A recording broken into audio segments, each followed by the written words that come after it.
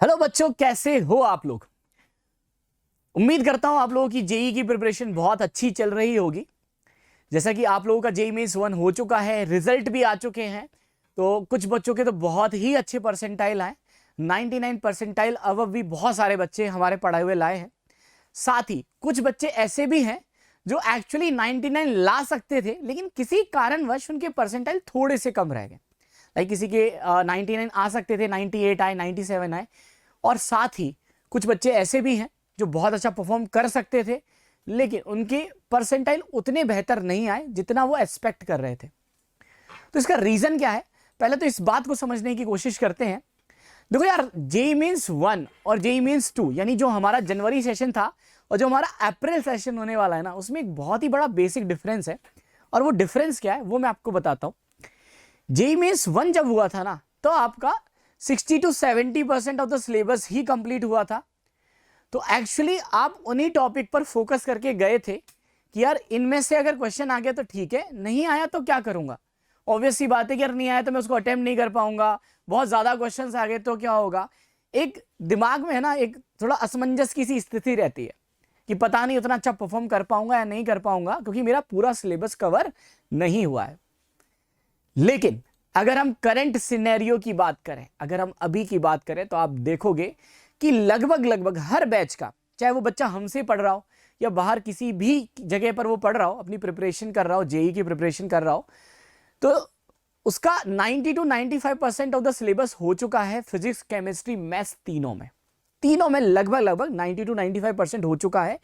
Even काफी सारे batches ऐसे हैं जिनमें हम लोग सिलेबस कंप्लीट करा चुके हैं और बच्चे के पास इनफ टाइम है चीजों को रिवाइज करने के लिए।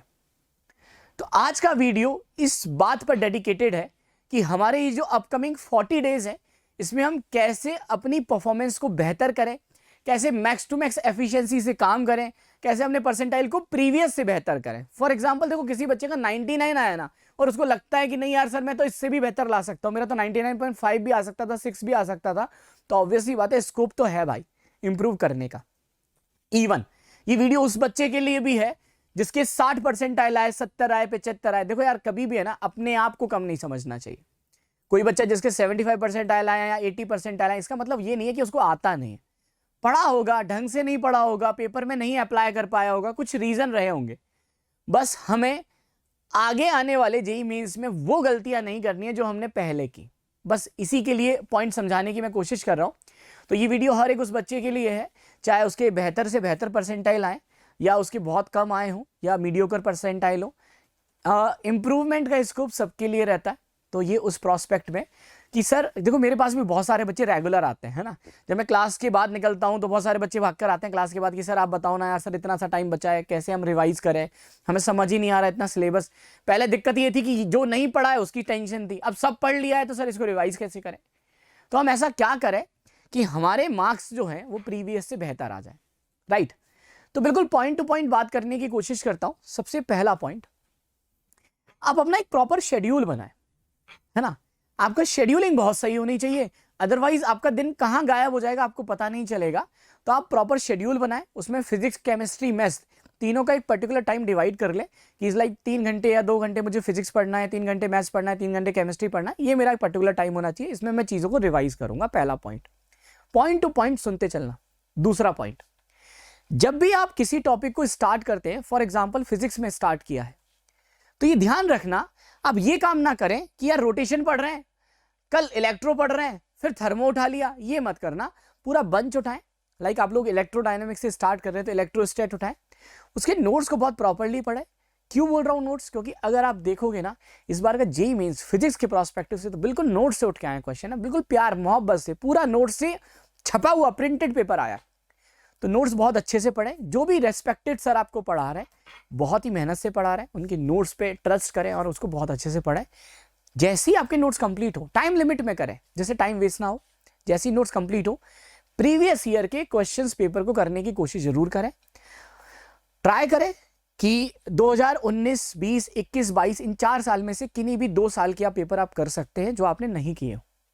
दूसरा, अब इन पेपर को टाइम लिमिट में करें, बहुत अच्छे से अलार्म लगाएं। लाइक फॉर एग्जांपल आपने 30 क्वेश्चंस उठाए तो 30 क्वेश्चंस के लिए 1 आवर लगाएं। देखें कितने क्वेश्चंस आप लोग अटेम्प्ट कर पाते हैं, जो क्वेश्चन नहीं हुए उसका एनालिसिस करें, और सेम प्रोसेस आप केमिस्ट्री और मैथ्स के लिए भी अप्लाई करें। यानी अब सारा का सारा गेम जो है वो टाइम कंस्ट्रेंट का है, अपने आप को पॉजिटिव प्रेशराइज करने का गेम है ना, क्योंकि आप अपनी शेड्यूलिंग करके रखोगे ना तो आपका मन नहीं भटकेगा, अदरवाइज आपको लगेगा कि नहीं थोड़ा इधर चले जाते हैं उधर, टाइम वेस्ट नहीं होगा। तो पहला पॉइंट है शेड्यूलिंग बनाए, क्या कंप्लीट करना है ये देखें, फिजिक्स केमिस्ट्री मैथ्स में सबसे पहले नोट्स को बहुत अच्छे से कर लें, उसके बाद प्रीवियस ईयर क्वेश्चंस को फोकस करें। Second point, analysis is a very important thing, analysis जरूर करें, जो भी आप पढ़ रहे हो, जो क्वेश्चन आपसे गलत हुए उनको जरूर देखें क्यों गलत हुए, जो नहीं हुए उनका कॉन्सेप्ट देखें। अगले पॉइंट की तरफ आते हैं, नेक्स्ट पॉइंट है मॉक टेस्ट। तो पहले भी आपने मॉक टेस्ट दिए होंगे और बच्चे बोलते भी सर पहले भी तो दिए थे मॉक टेस्ट, इतना फायदा नहीं हुआ। नहीं होगा बच्चे, अब जितना होगा, क्यों? क्योंकि पहले जब सिलेबस ही कंप्लीट नहीं हुआ तो 30-25 या 30 क्वेश्चन में से आपको 10-12 क्वेश्चन तो आते ही नहीं थे, क्योंकि वो आउट ऑफ द सिलेबस थे, हमने पढ़ा ही नहीं था। लेकिन अगर आप देखोगे तो अब लगभग आप हर एक पोर्शन को टच कर चुके हो, तो आपको कॉन्फिडेंस भी आएगा फुल टेस्ट देने में। तो ट्राई करें फुल टेस्ट दें, और उसको उसी दायरे में, मतलब मैं तो आपको और बेहतर बताने की कोशिश करूंगा, पूरा का पूरा पेपर लें, मॉक टेस्ट दें, फिजिक्स भी हो, केमिस्ट्री भी हो, मैथ्स भी हो, 3 घंटे का अलार्म लगाएं, प्रॉपरली उसको कंप्लीट करें। पेपर कंप्लीट करने के बाद उसको एनालिसिस करें, देखें कितना सही हुआ कितना गलत हुआ, अपने मार्क्स कैलकुलेट करें, पता तो चले 150 आ रहा है, 160 आ रहा है, 180 आ रहा है, 200 आ रहा है, 250 आ रहा है, कितना आ रहा है देखो तो सही, एनालिसिस करें, उसके ऊपर वर्क करें कि यार अगर 200 आ रहा है तो कितना ऊपर और ला सकते हैं, अगर 160 आ रहा है तो कितना ऊपर और आ सकता था जो मेरी गलतियों से नहीं आया। तो वो पॉइंट आपको सीखने की जरूरत है। ये अगला पॉइंट। अगला, एक बार जेईई मेंस के प्रीवियस ईयर के जब आप क्वेश्चन दोगे तो आपको एक चीज और पता चलेगी मॉक टेस्ट देने से, कि यार जेईई मेंस जो है वो फोकस कहां कर रहा है, ऐसे कौन से टॉपिक हैं जो जेईई मेंस से सबसे ज्यादा क्वेश्चंस पूछे जाते हैं। तो जेईई मेंस ओरिएंटेड टॉपिक्स आपको बहुत अच्छे से करना है, अपनी कैलकुलेशन पे वर्क करें, सिली मिस्टेक ना करें, और सबसे बड़ी बात मैं बोलूं तो अपने ऊपर ट्रस्ट रखें। हर बच्चा जो जेईई की प्रिपरेशन करता है, दिल से करता है, बहुत अच्छे से सेलेक्ट हो सकता है, अपने ऊपर ट्रस्ट करने वाली बात है। और मैं तो यार एक सिंपल सी चीज बोलूंगा, देखो सिलेक्शन विलेक्शन भी छोड़ो, मैं एक सिंपल पॉइंट बोल रहा हूं आपको, आप अपना बेहतर दे सकते हो, रिजल्ट आपके हाथ में नहीं है ना, आप अपनी तरफ से बेस्ट एफर्ट दें, है ना, क्या होगा क्या नहीं होगा इसके रिस्पेक्ट, तो आप अपना बेस्ट दोगे तो आपको खुद से भी अच्छा लगेगा अपना, और अगर आप इस पॉजिटिव एटीट्यूड से जाओगे ना तो 101% आपका एग्जाम जैसा होना चाहिए उससे बेहतर ही होगा। तो एक सिंपल सा पॉइंट है कि जो भी क्लासेस में टीचर पढ़ा रहे हैं, अच्छा आपको कोई भी दिक्कत है तो अपने रेस्पेक्टिव सर से जरूर गाइडेंस लें, किसी भी तरह से उनसे कांटेक्ट करने की कोशिश करें, आपको मुझसे कांटेक्ट करना है मुझसे करें, या फिर जो भी आपके रेस्पेक्टेड सर पढ़ा रहे हैं, चाहे वो फिजिक्स हो, केमिस्ट्री हो, मैथ्स हो, उनको किसी भी चैनल के थ्रू, आइदर आप डायरेक्ट कांटेक्ट में आ रहे हो, आप व्हाट्सअप के थ्रू आ रहे हो, हमारे कोटा लाइव मतलब जो हमारा जो कोटा पल्स है अनअकैडमी का, ये चैनल हमने खोला ही आप लोगों के लिए। इस चैनल का माध्यम आप समझने की कोशिश करें कि ये चैनल हमने क्यों बनाया है। ये चैनल इसलिए बनाया है कि कोई भी बच्चा किसी भी कारणवश हमसे कांटेक्ट नहीं कर पा रहा तो एटलीस्ट कमेंट बॉक्स में ही हमें कुछ डाल दे कि यार हम उसकी प्रॉब्लम तो समझें, है ना। देखो ये एक सोशल मीडिया है ना, इसका हम जितना फायदा उठा सकते हैं ना उठाएं। आप चाहो, जैसे आप हमें बताओ ना कि आप बोलो कि नहीं सर हमें क्वेश्चन प्रैक्टिस की सीरीज चाहिए, तो आप डालो कमेंट बॉक्स में, हम लाएंगे आपके लिए। आप जो बोलोगे, आपको पढ़ने के लिए जिस साधन की जरूरत है ना, हम वो साधन क्रिएट कर देंगे। क्लियर है, रिसोर्सेज बहुत है, बस आप बताओ आपको क्या चाहिए। बाकी ये है कि यार 40 दिन में मैक्स टू मैक्स आउटपुट लाना है, तो फिजिक्स केमिस्ट्री मैथ्स तीनों को बराबर समय देना है, एक सब्जेक्ट पे ना फोकस करें। कुछ बच्चे होते हैं सर हम सिर्फ मैथ्स पढ़ लें क्या, यार देखो एक सब्जेक्ट में पूरे भी ले आओगे तो अभी 100 ही मार्क्स आते हैं, और 100 नहीं आ पाते यार, पूरे लाना हर बच्चा नहीं ला पाता है, आप इस चीज को समझें, है ना। 10 लाख 8 लाख बच्चा जो देता है, कितनों के पूरे में से पूरे मार्क्स आते हैं? 10 15 20 25 बच्चे होंगे मैक्स टू मैक्स जो किसी इंडिविजुअल सब्जेक्ट में कंप्लीट मार्क्स लाते होंगे, राइट। तो कई बच्चे बिल्कुल बेतुकी सी बातें कर जाते हैं कि सर हम सिर्फ फिजिक्स पढ़ लेंगे तो हम 100 नंबर ले आएंगे, तो 100 तो यहां से हो गए। अरे आपने पहले ही प्री अज्यूम कर लिया यार 100 यहां से हो गए, ऐसा कैसे बोल सकते हो? ऐसा तो कोई नहीं बोल सकता, राइट। तीनों सब्जेक्ट पे फोकस करें। साथ ही एक इंपॉर्टेंट आपको प्रॉस्पेक्ट बोलना चाहूंगा, जैसा मुझे अपने साथियों से, अपने मित्रों, अपने एजुकेटर दोस्तों से पता चला कि केमिस्ट्री में आप NCERT is a very important thing. NCERT जरूर पढ़ें। एनसीईआरटी में अगर आप देखोगे तो अगर आप कंप्लीट एनसीईआरटी एक साथ नहीं पढ़ पाते हो तो आप डेली 2-5 पेज पढ़ने की कोशिश करें, क्योंकि डेटाबेस डायरेक्टली एनसीईआरटी बेस्ड भी आपको जेईई मेंस जैसे एग्जाम में क्वेश्चंस देखने को मिलेंगे।